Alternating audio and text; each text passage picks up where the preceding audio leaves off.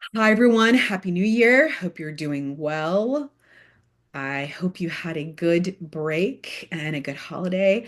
I went to downtown for New Year's and got to see the acorn drop for the first time in a long time. And I went to the earlier one, so it was really cool that they have a earlier in the evening one for those of us who wanted to go to bed a little bit earlier. But it was fun to see the fireworks and to be downtown. It was great. I wanted to remind you of a few things coming up. First of all, lessons start next week again, and so I look forward to seeing you. And we had a parent support night scheduled for Sunday, but I think due to the weather, we're going to have to postpone.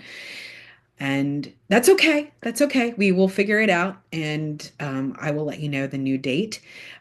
We also have our teacher retreat this weekend, our workshop. It's one of the ones we do during the year. I'm so excited about it. And if we can't be in person, hopefully we'll be able to be online. This is a time where we get to learn from each other, and we are working on technique, skills, and being better teachers, but then also best practices and stuff like that. Today, I wanted to talk a little bit about executive function. This is what we were going to talk about the parent support night. And so I have brought on the person who was going to be speaking. Her name is Stephanie Thompson. She has been a parent at the school for many, many years. And her daughter was in our advanced music program and just a huge supporter of the school. And I support what she does. And I want to let her tell you a little bit about executive function and what she does.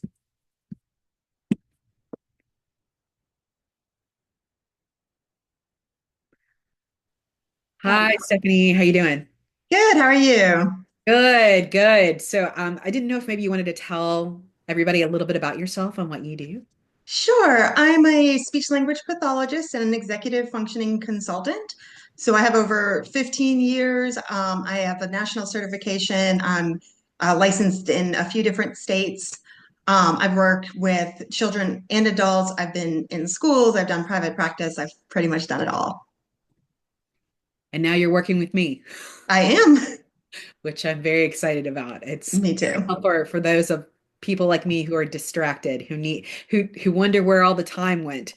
And so I'm very excited to jump into this. All right, so I'm going to ask you a few questions, and I'd love for you to let Of everybody course. know stuff. So, what is executive function? So, executive functioning is actually an umbrella term. It includes a group of learning based skills to be able to anticipate, generate, initiate, and monitor. I think of it as stop, think, do, review. So, it's really your verbs or your actions of the brain. So, stop involves that self control, being able to think before you react. And then we get into thinking, that's your planning, your organization, your time management. And then we get into the do. So that's your task initiation, your focused and sustained attention, your working memory, your emotional control. And then the review, which most people leave out and is one of the most important things. That's your analysis. How well did it work? That's what helps you do better next time. And then also your flexibility and your ability to shift between things. Mm, that's interesting that you say that most people don't get the review right. Why do you think that is? We're not taught it in school. A lot of the time, we're taught a task, you do the task, and then you move on. It's that review aspect of things to stop and really think about what it is that just happened, and it can be as simple as a thumb up, thumb down, kind of thing in school. Teachers can be like, hey, how do you think that went? Thumb up, thumb down. Music teachers can do the same thing. A kid can play a piece on the piano, and 30 seconds, they can be like, okay, how do you think? Thumb up, thumb down. And sometimes they can say, why did you say that? And other times, if it's the lessons moving kind of slowly, they don't have to. Just have that portion of time where the kid has to stop and think about it. Interesting. I know that we didn't talk about these questions. I have one more thing about that. Of What course. about if you're the exact opposite? What if when you do a review, you get stuck in the review? So that's really actually a difficulty with a different process. Mm, So you can get stuck in there, but that's really going to go back into that do aspect with your task initiation and your sustained and focused attention. So that's actually a problem in a different aspect. So it may look like you're stuck in the review aspect, but you're actually not. Interesting. And so maybe getting back into the do, like having a certain, you've talked about today when we met about having allotting certain time for stuff. And so maybe there's a allotted certain time. There's a lot of different things that you can do, especially you have to kind of break it down. The do is a general term, just like executive functioning is a general term.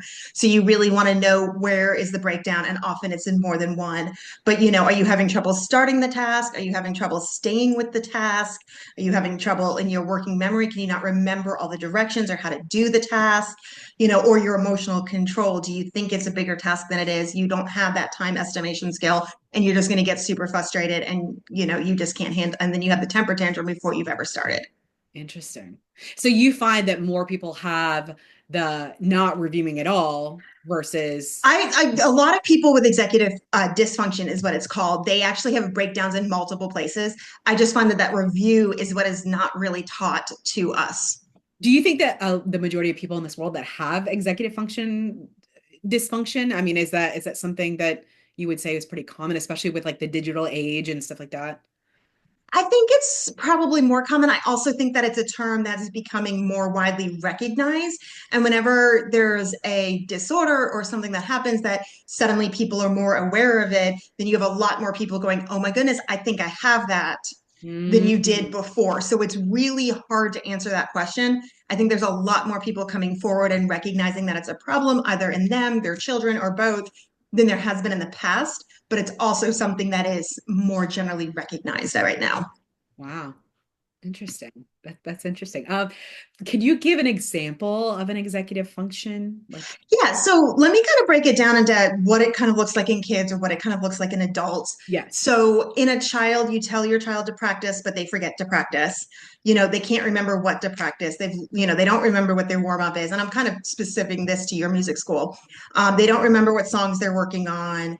They may sit down at the piano or pull out their violin, but then they have trouble starting, even hitting that first note. They can't process how long it's going to take them to practice. So even if you say like, hey, you need 30 minutes to practice, they can't, in their brain, they don't have a concept of that. So they may struggle because they don't know how much longer they have. They don't know how long they've done it for. And then you may have your child struggle with emotions. They may be quick to anger, quick to cry. They easily get frustrated. They make a mistake in the song, and then that's it. They break down and they can't do it anymore. In adults, it's a little bit different. But usually, what you might see is, despite your best efforts, you are always running late. There's that phrase that says, I would lose my head if it wasn't attached. A lot of people who resonate with that usually have some form of executive functioning breakdowns. You have trouble planning events, anything from simple events to more elaborate events. You struggle to prioritize your things at work or even in your personal life. And again, there's a lot of adults who struggle with emotions. You're just not sure why you're feeling a specific emotion, what emotion you're feeling, and then you feel like you're getting frustrated when that may not have been the base emotion, but you're not able to name that base emotion or understand it, so you end up frustrated. So it's a lot about awareness of time, awareness of what you're doing during that It's time. those action verbs. So it's not what you know, it's your ability to show it. So you might be able, so if you have a kid in school, they might be able to state every single classroom rule, but in the moment, they cannot follow that rule and they're constantly getting in trouble because, and everybody says, you know the rules, so you don't understand. It's an executive dysfunction. They're part of their brain that actually allows them to show what they know in that moment they cannot do. And that's where the breakdown is. So it's not what you know. It's not how smart you are. It's not where your IQ is. It's not how far you got in school. It's being able to demonstrate or show those skills. Interesting. Interesting. All right. Um, so why is it important? Why is it executive functioning important? Because otherwise, you got to be able to show what you know. And if you're in the workplace, they don't really care how much you're able to spit back at them. They want you to be able to see the work. In your own personal life, people may get frustrated with you if you're constantly running late, if you're going out to eat with them and you're constantly forgetting your wallet, if you're trying to raise your kids and you get super frustrated and you find yourself yelling a lot. For children, they're not going to understand why they can't do what everybody else can do. And a lot of that's going to hit your self-esteem. Mm. So a lot of people, if you don't recognize where the breakdown is and how to work with it and get somebody to help you work with it, then you're going to have a lower self-esteem. Not always, but often. And maybe he can think you're an idiot or something, or think that, Yeah. And like I said, it has nothing to do with what you know. So yeah, you may think that you like, I'm really bad at math and I can't do this work and I have to have like a simple job because I just can't handle anything else. And that's not necessarily true. You can have a Mensa level IQ and still have difficulty with some of these simple everyday tasks because of executive dysfunction. wow, wow. So, how does it improve our quality of life when we work on it? You talked about a little, Well, like, as you and I kind of discussed, like a lot of people with this have trouble with time. So they can't predict how long something's going to take. A kid who melts down before they start their homework every night because they might think it's going to take them hours and they have other things they wanted to do, when in reality, it's a 20-minute worksheet. But they're not able to understand that. Adults might keep putting off a task because they just can't wrap their head around it, or they don't think it's going to take very long when it really does. Or they're going to run out of time to do a task, or they're going to get crunched at the last minute because they're just not able to predict. So time management and being able to estimate time is huge. And it's actually, the better you get at it, the more time you'll find you have in your life. Like you may start out with like, I don't even have time for this, like, to work on this in therapy or anything like that, because I'm just run ragged. And the more you work and the more you start learning some of these skills and some of these coping mechanisms, you're going to be like, I actually have downtime. Like I don't know what to do with myself because like I've never had downtime before. So it really just improves every aspect of life.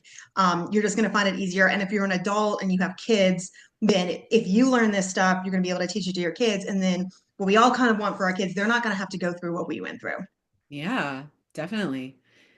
Yeah, I wouldn't know what to do if I had more time. Like honestly, I don't even know what that would look like. But I think that's really cool because I think to me, like what is so attractive about it is that you get to create more time for yourself and you get to put it into more of the stuff that you want to do. I think that we think as humans that we shouldn't do things that we don't want to do. We should only do the things that we want to do. And that's just not life. It's not Right. reality.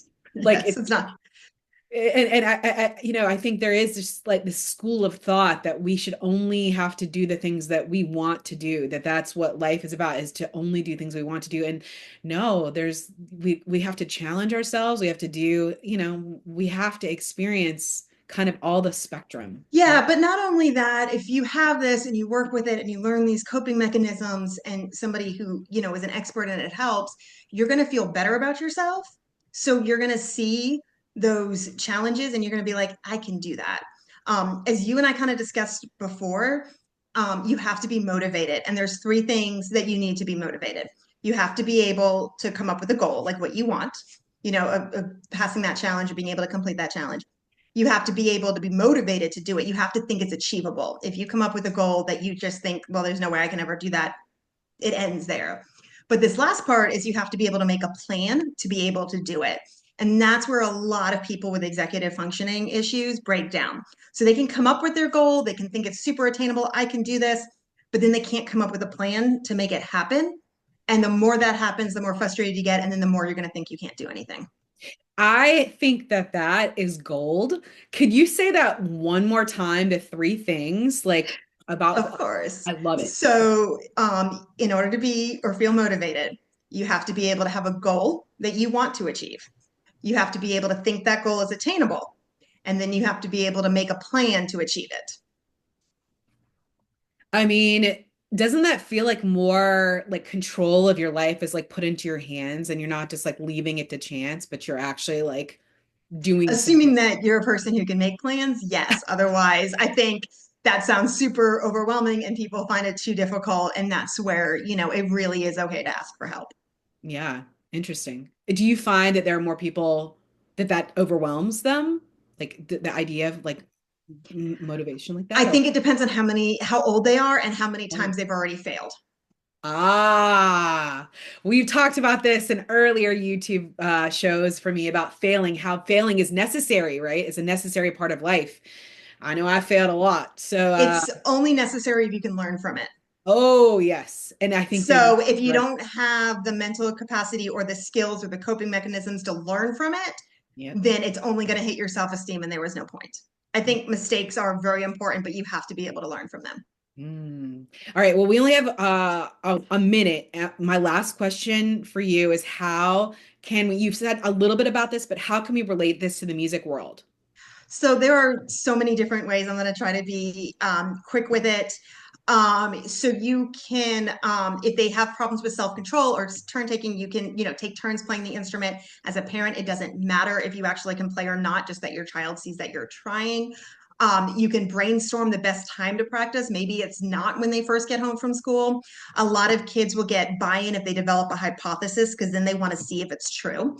So you can develop a hypothesis, is it better to practice, before dinner or after dinner? Why do they think that? Make a hypothesis, make it, kind of like a very loose science experiment. And kids get a lot of buy-in that way because they want to see what works and if they were right.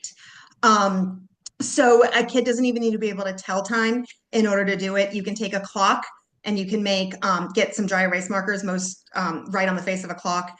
I'm thinking of an analog clock, not digital, but like you do green, yellow, red. So the green is when they start, yellow means they're about halfway through. And then when their hand gets into the red, they know they're almost done practicing. And when they hit the end of the red, they know they're done. But that's a visual so that they can see how long they've been practicing and how much longer they have to go because a lot of people can't visualize it. So yeah, and they can also get more buy-in if they have a choice board, like maybe write down all the different songs they're practicing, even if it's only two or three, and then they get to choose what they want to practice first. Mhm. So Yeah, yeah, I mean, it to me, it sounds like you're gamifying it a little bit, which I think is always, I love to gamify stuff. I know we're out of time, but I do it with homework with kids all the time. I call it leveling up. So I'm like, hey, let's see if you can spend 5 minutes focused on this. And when they did, they get like a high five, they get a quick break, and then you put a pillow on their chair as a level up.